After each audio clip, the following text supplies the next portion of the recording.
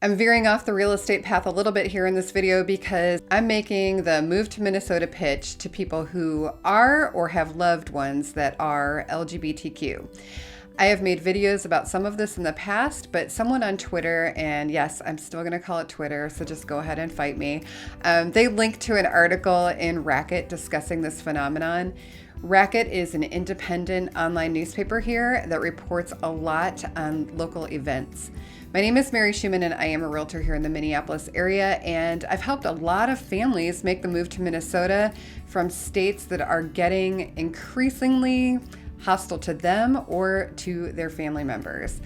And these are people that identify as LGBTQ with a special emphasis on the T in that little acronym. If you're thinking of moving, I made a general relocation guide that I'll link to in the description box down below. It's free to download. You're welcome to it. But I am seeing this quite a bit, and I really hadn't thought very much about the numbers involved in this migration until another realtor also mentioned how many people she helped relocate to Minnesota for this reason as well. In the article, Racket mentions that there have been about 510 anti-LGBTQ plus bills introduced across the country in the last year alone. So even if this isn't something that concerns you on a personal basis, you are likely at least conscious of it happening. Minnesota is not immune to these efforts. There's been a few of them introduced here, but there have also been significant legal protections put in place this past year, including banning conversion therapy and establishing the state as a trans refuge state. I'm going to link to my other video that I did a few months back about the progressive policies here in Minnesota, and I'll put that at the end of this video so you can watch that when you finish this one. So the article starts out by mentioning online discussions, and boy, can you find a lot of them in which people are trying to decide where they should go so that they or their family members can feel safer. When I read the article, it just struck so close to the experiences that I've heard my clients relate to me over the past several years. Common themes that I've heard are people coming from southern states and trying to figure out where to go. And in those top states that they look at, Colorado and Minnesota are commonly mentioned. One hesitation that pretty much every Southern person brings up is the weather here in Minnesota. And I've done a lot of videos on that too, so you're free to watch those. But one of the gay couples that I helped with their 2 kids, they moved here a couple of years ago from Florida, and they said to me, "We really didn't realize that winter could be fun and that people enjoyed it until we watched your videos." And that was the first time that it actually occurred to us. So they still live here and they're still quite happy. So Racket interviewed 3 families for this article, and I'm just going to summarize what each of them said. The first family moved here from the Dallas, Texas area, and they said that over the past few years, they felt that it had become like a sign of pride to be hateful to LGBTQ people.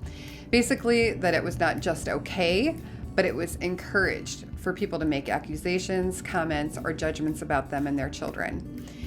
In 2023, the Texas legislature filed more than 100 anti-LGBTQ bills, and as more of this has happened, the family felt that they had to leave.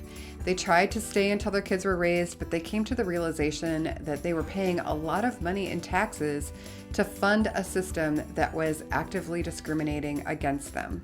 The family decided to make the move here, and they now live in the suburbs of Minneapolis, and they said that they quickly found a strong community here, and they're active in the Twin Cities Queer Hockey Association. My favorite quote from this family is one that makes me think of others that I've worked with personally. One of the pair talks about how for most of their lives, it was an effort just to keep your head down and not draw attention, just to try to live quietly and keep their mouths shut. And then they moved to the Twin Cities, and their quote was, "You come here and everyone's living loud and proud. Like, what in the world is going on? I've never seen so many Black Lives Matter or everyone is welcome here signs in yards." And this is me talking now. I can actually vouch for this. I see it everywhere. The second family that they interviewed moved from North Carolina, and they had roots in North Carolina and then moved back there after living in California, which they left because they were worried about climate, wildfires, and also the expense. They moved back to North Carolina in 2021, and because they have a transgender child, the laws that banned gender affirming care and the fact that schools were not respecting this child's pronouns and were actively misgendering children, they decided that they needed to leave. They did not want their children growing up that way. The family says that moving across the country 2 times in such a short time period was very difficult for them. And when they arrived in Minnesota, their child came home from school and said that there were 5 kids at school that used they, them pronouns and that it was no big deal here.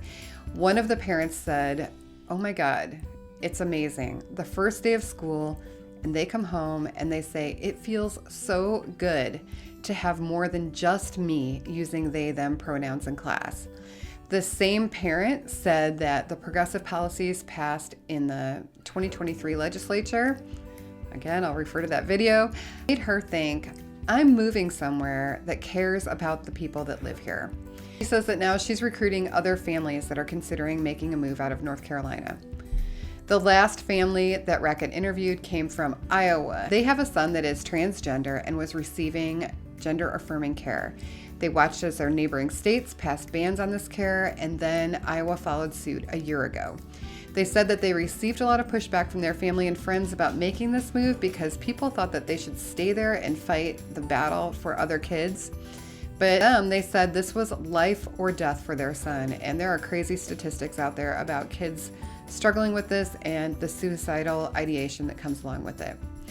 He was struggling in school, missing it often, spending the day in the counselor's office if he did go, or getting cornered in the bathroom when he went to school.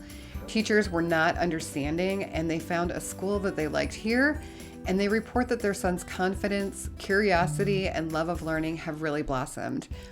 There is no acceptance of slurs at school here. This family ended their interview by saying that they went skating and saw 2 other people wearing Trans Joy t-shirts, and it really made them happy that you don't have to be afraid here. Now, I am not going to say that no one in Minnesota will discriminate or be ugly. I'm 100% certain that some of them are going to be ugly in my comments. But what I will say is that it isn't tolerated well here, and that the state government does recognize people's rights to live their lives just as everyone else does. And they also want to protect individual rights to safety, autonomy, and healthcare. If you're looking for a place like that, I invite you to come join us here. We would love to have you. Please reach out if you have questions. I love to talk to people that meet me on YouTube. Thanks for watching.